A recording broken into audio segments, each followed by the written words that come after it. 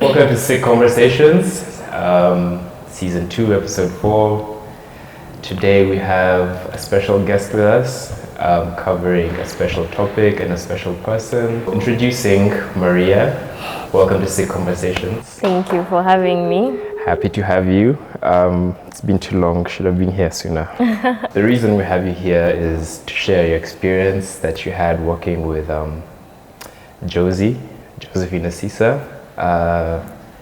So I guess we can start off from there and let's just get right into it. Could you tell us a little bit how it was starting Digimark? Let me think.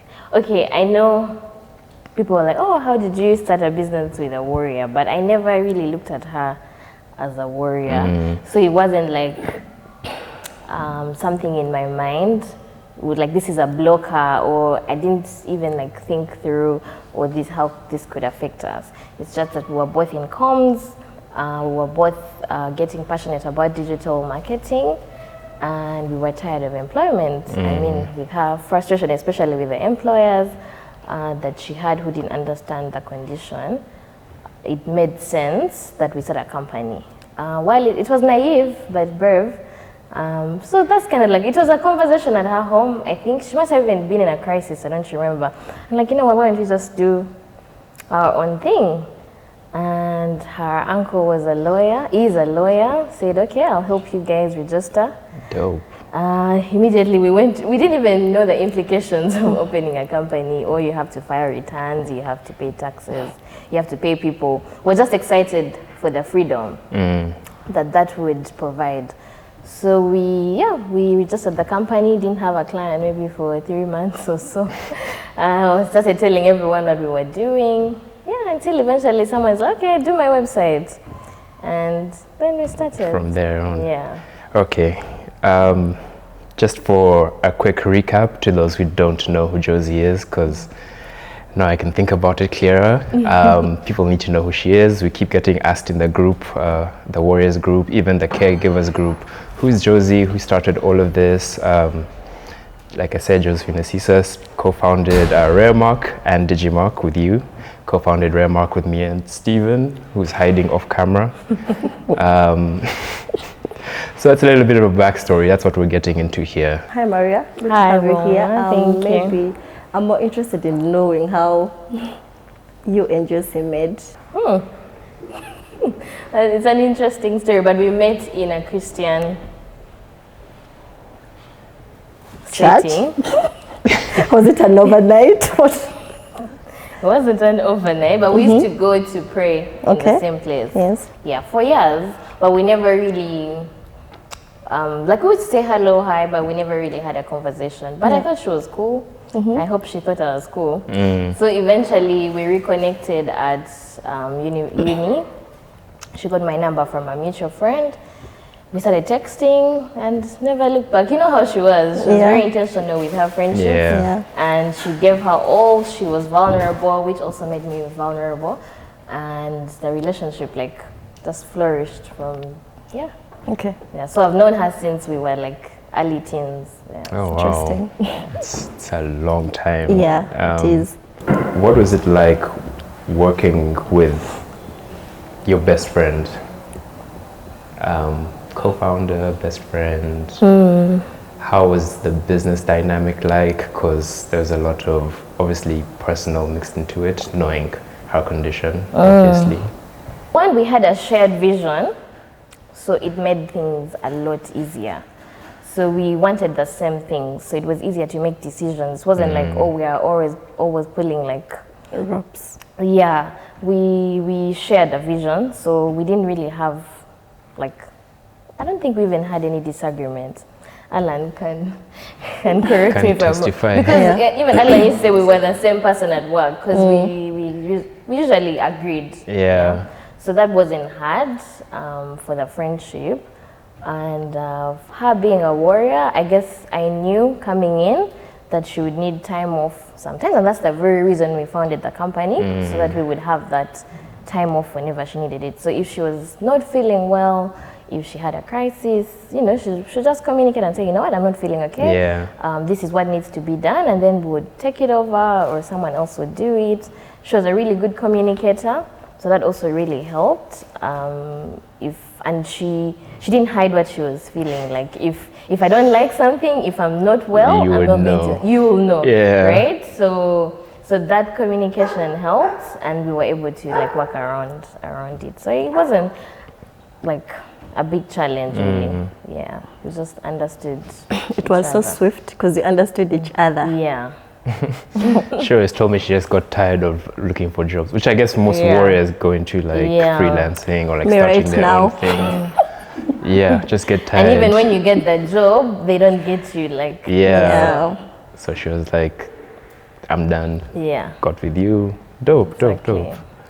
Okay, then what are some of those you had to be there moments for her?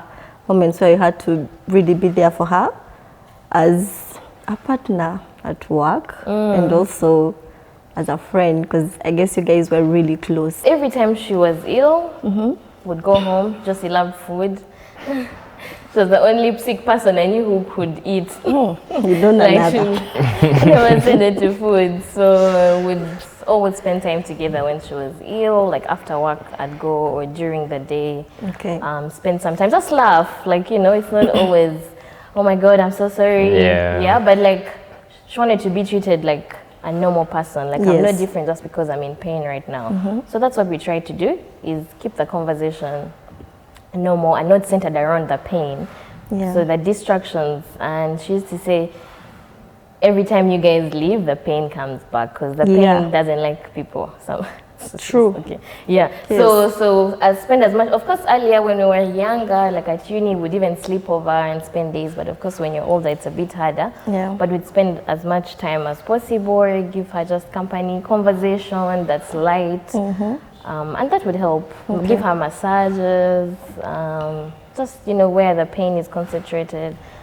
That kind of. Yeah, the help, usual. really. Yeah. And while at work, were there moments where you're like, she has to be here for this to happen? Or, I don't know, I feel like when I'm close to someone, I almost want us to do everything together. So when they are not around, I cannot perform, I cannot deliver. No. Yeah. Just different for us. I Okay. think we were interdependent, not co-dependent. Okay. So it was either one of us could do the thing. We don't have to be in the same place. Okay. So if I'm there, she doesn't need to be there. If she's there, I don't need to be there, because it's like duplication. Yeah, So it wasn't like, or both of us have to be in the same place at the same time. I mean, of course, there are fun, like nice moments. If Yeah. it's like not for work. Yeah. Well, if we are signing a big check, or Yes, you have to if be we're there. celebrating, Yes. yeah, then You of can't course, miss a celebration, then obviously. we have to be there together. But if it's work, like, It's really yeah, work. we don't need to be there at the same time. Yeah. Okay. Yeah. And I love that the way you showed up for her is the way she showed up for her friends that also had sickle cell. She was very intentional about it. Yeah. Always visited me whenever I was sick, Yeah. massaging, bringing me Yeah. food, even though I hate eating when I'm in hospital. Yeah. And because she understood, I guess no one else can give you the care Yeah. that someone with the same condition would give you, because she understands what you're feeling in that moment. Yeah. I think It helped that her show provides up an even extra better. level of care. Yeah. It's weird because there's so many misconceptions people have about working with someone with sickle cell or a chronic illness in general. Did you guys ever face any like stigma when they were dealing with you business-wise? Not that I recall, maybe like one or two comments in passing, but like also before she started talking about it, people didn't really know. Yeah. Yeah, but when she started, but there were no worries of, oh, you guys won't be able to deliver, because it was actually more of like, oh wow, you guys are able to do this even with a chronic illness. Yeah. So we didn't really face stigma. Not That's that good. I recall. Yeah, That's yeah. good. It was actually more of like an inspirational. Yeah. Yeah. I would say stigma is one of our biggest challenges, but are there some of the challenges that she faced that you actually saw her go through? Yeah. Yeah. So because her energy levels were not as high as us or me, Yeah. it's like internal pressure, where you like, maybe where she would feel like she's not showing up as much as she should. Yeah. And then she would push herself. Yes. And that could probably drive a crisis. Yeah. Definitely. Yeah? Because if you've been so passionate about something and you're the one who's been leading it, Yes. and then you have to turn it down because Or step away. yeah, it's a bit inconveniencing because you want to finish this thing, you started it, right? You don't want Yes. to hand it over to someone, but it's also like affecting your health. Yeah. So I guess like kind of like finding the balance between finishing what you started or going the whole way, Yeah. and also like balancing your health. So I think that was one of the challenges I saw her struggle with. I mean, she loved walking in high heels, Yeah. but our office has stairs, as you know. 1,000 stairs. Things that involve like going to the field, but of course I'll do most of, if we need to go to the field, I'll do that. So there are some limitations in terms of energy. Yes. Soft life ambassador. Yeah, right. Yeah, so anything that involves carrying anything Yeah. or walking long distances is a no-go. Yeah. Yeah, but I mean, there were other people to do it. I mean, we have Alan. Yes, Young Alan. Lisa. And the team, but the team was also like really, really good. Everyone understood, and yeah, no one was feeling like she's not carrying her load of the work. She Yes. really was. Yes. But you know, what do they say? Oh, not all animals are equal or something. Yeah. Yeah. So It's a quote now, if it wasn't before. isn't that from Animal Farm? All animals are created equal. Okay. But yeah, I see. something like Yeah, that. Yeah, yeah. Animal so like Farm. You're everyone right. has different strengths. Yes. Yeah, so if physical energy is not your strength, there were Yeah. other mental activities that she could do. Reflecting on your journey with Josie, what has the experience taught you about life and resilience? That's the strongest person I know in my life. I think if I had a chronic illness, I would be depressed. Yeah. In bed. She kept such a jolly face. Sometimes she would hide the pain. Yeah, she was Yes. good at that. Yeah, but like to be able to show up for people like so in such a big way, to be able to do the things that she did. I mean, it is, I know it may sound cliche, but it's very inspirational. Yeah, for me. And like, there were no excuses, yeah, for in terms of like work. Of course, if you're sick, you can talk and someone else does it. But the thing is, you can't use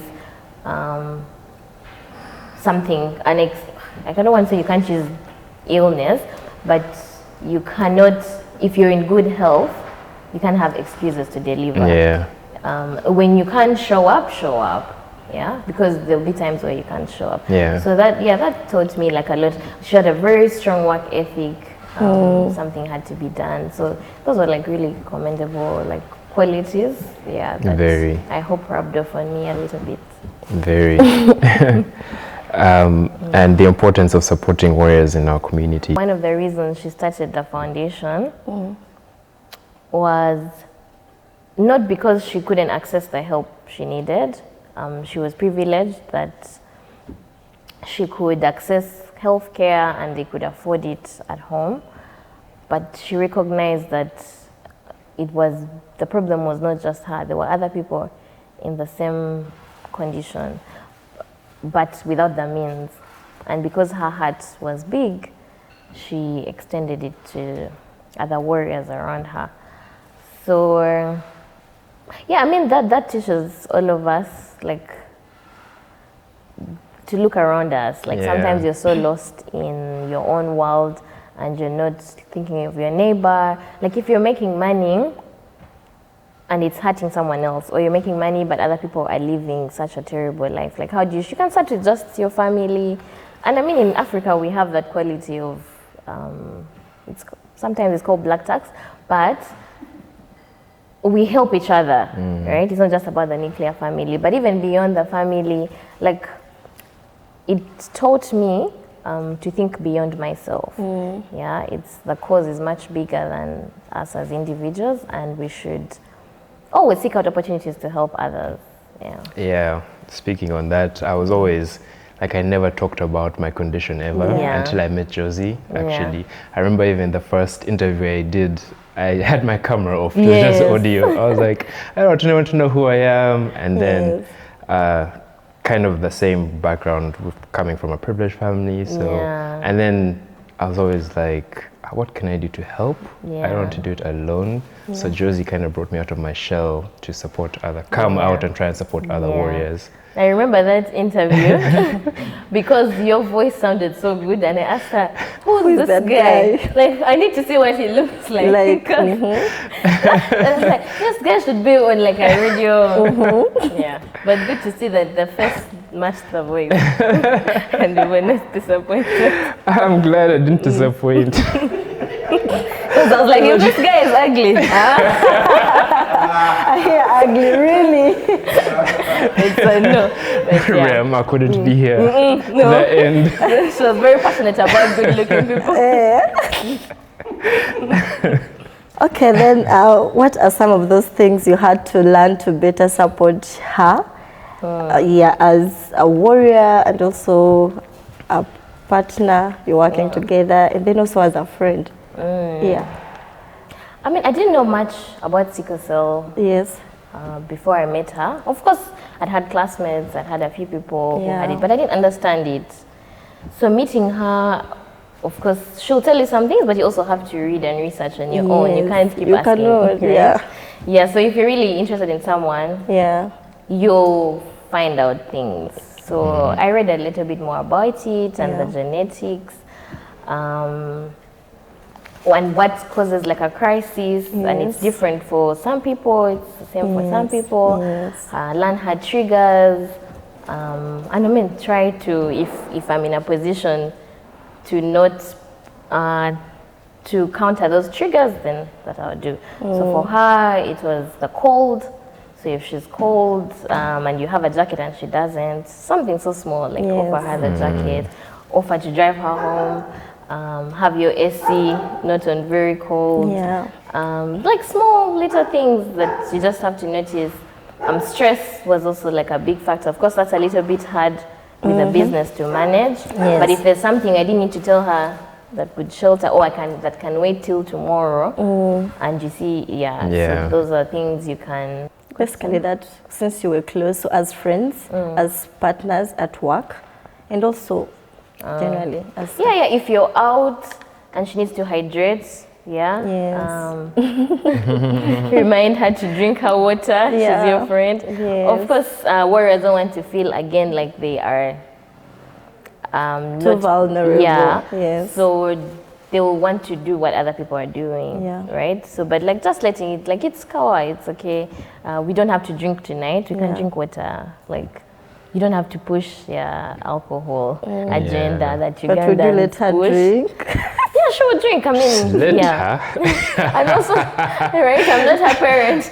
This has reminded me of a time we were talking about triggers, crisis triggers, and people mentioned a whole list of things, but alcohol was nowhere. Really? Nowhere. I'm like, these guys are drunkards. Maybe it's a painkiller. No, it's a trigger. Maybe. For some, maybe. Anyway. Don't. It's a trigger, but these guys don't mention it. I also wasn't going to. Whether others talked about love, but heartbreak. alcohol. No, alcohol is an antidepressant and a painkiller. I agree. But I think for her also, she was so self-aware. Yes, she knew. Like she could even tell if a crisis is coming. Obvious. Like she knew her limits in terms of what physical activity she could do or like how much alcohol she could take. She wasn't like a binge drinker. Like she'll have 1-2 cocktails and she's like, oh, I'm good. I'm good. Like she wasn't pressured into, oh my God, you must take the shots and finish them. No. Yeah, so if there was any pressure, maybe it would come from internally, but she wasn't affected by like outside pressure, and she really knew her limits. At the end of September, we have a fundraising promise dinner. not to talk about. I know. I don't know why it's in the questions. So in honor of Josephine's legacy, we're having a dinner coming up. Would you like to talk about how people can get more involved in coming to the dinner, supporting Rare Mark, what they can do to support her legacy, I guess. Yeah, I think like last year, same thing, please buy a ticket. We'll be announcing the details. Maybe by the time this video comes out, we'll have the location and the ticket price. So you can support us by buying a ticket. If you're not able to make it, you can still make a donation for the dinner. You can buy branded merchandise. You can make an anonymous contribution. We thank you in advance. And we cannot wait. Please, people, be there. What advice would you give to employers or business partners when it comes to working with someone who has such a condition? I'd say understanding, number one. Like just to get an understanding of the chronic illness. How does it affect them? Yes. Communication from both sides. I think ours works because she was a really good. I wasn't, but I learned to be a good communicator. So if both parties understand each other and communicate, I think those are the two things I would advise. Because everything else can be, if you understand that I'm in a crisis, you're not going to be putting me under pressure to deliver. If you understand I can't carry heavy things, you're not going to ask me to do that. And then also as the warrior, if you communicate what you're feeling, then there'll be understanding. So I think, from both parties, understanding and communication. I think that was a good brief history into what it was like knowing and working with her. So that brings us to the end of this conversation. Any final words that you want to leave the viewers with? Be kind. Show up, support like she would. That's a wrap from us at Sick Conversations. Thank you for joining us. Thank you for having me. You're welcome back anytime. We'll see. Next September.